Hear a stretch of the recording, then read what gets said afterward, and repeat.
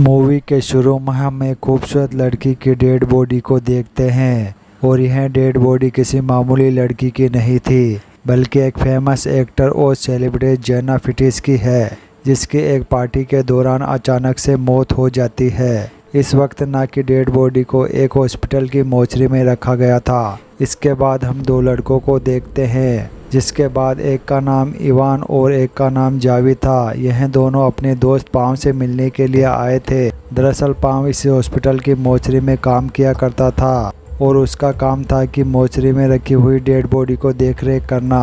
पर इवान और Xavi palm को अपने साथ ले जाने पार्टी में आए थे, लेकिन पाम की ड्यूटी खत्म होने में अभी 1 घंटे का टाइम बाकी था। इसलिए यह तीनों हॉस्पिटल की पार्किंग में जाकर के ड्रिंक करने लगते हैं और इसी दौरान यह तीनों एना फ्रिज के बारे में बात करना शुरू कर देते हैं। यहाँ पर इवान और जावी पाम से कहते हैं कि क्या हम एना फ्रिज के डेड बॉडी को देख सकते हैं, क्योंकि यह एक ऐसा मौका था जब यह फीमेल फेमस सेलिब्रिटी के इतने करीब जा सकते थे, अब चाहे किसकी डेड बॉडी क्यों ना हो।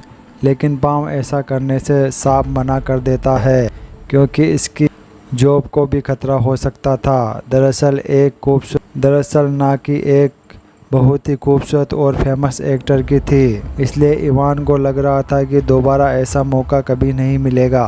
इसलिए वह पाम को फोर्स करते हैं कि बार बार उसे रिक्वेस्ट करता है कि प्लीज़ एक बार मुझे ना कि डेड बॉडी को देखने दो। अब अवान में इतना फोर्स करने के बाद पाम उसकी बात से मना नहीं करता है और अपनी जॉब को रिस्क में डाल करके इन दोनों को मोर्चरी में ले जाता है।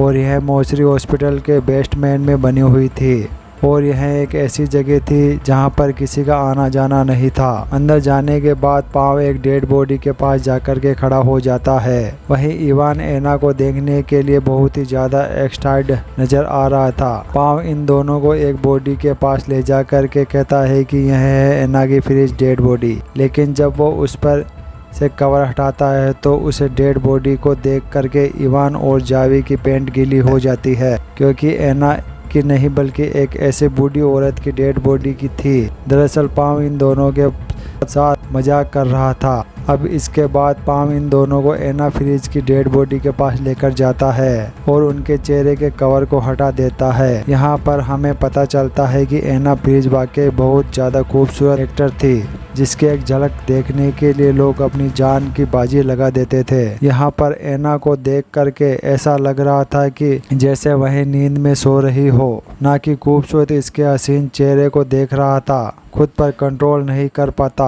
और उसकी डेड बॉडी के मिडल हिस्से को अपने हाथ से टच करने लगता। इवान को ऐसा करते हुए देखकर के जावी और पाम को बहुत ही अजीब सा लग रहा था, क्योंकि किसी की डेड बॉडी के साथ ऐसा करना बिल्कुल भी ठीक नहीं है। लेकिन इवान तो पहले से ही एना का चाहने वाला था और वहीं एना आज इसके सामने थी, चाहे वह मरी हुई क्यों ना हो। अब यह इवान अपने दोस्त को जावी से कहता है कि तू भी ऐसा कर, क्योंकि ऐसा मौका दोबारा कभी नहीं मिलेगा।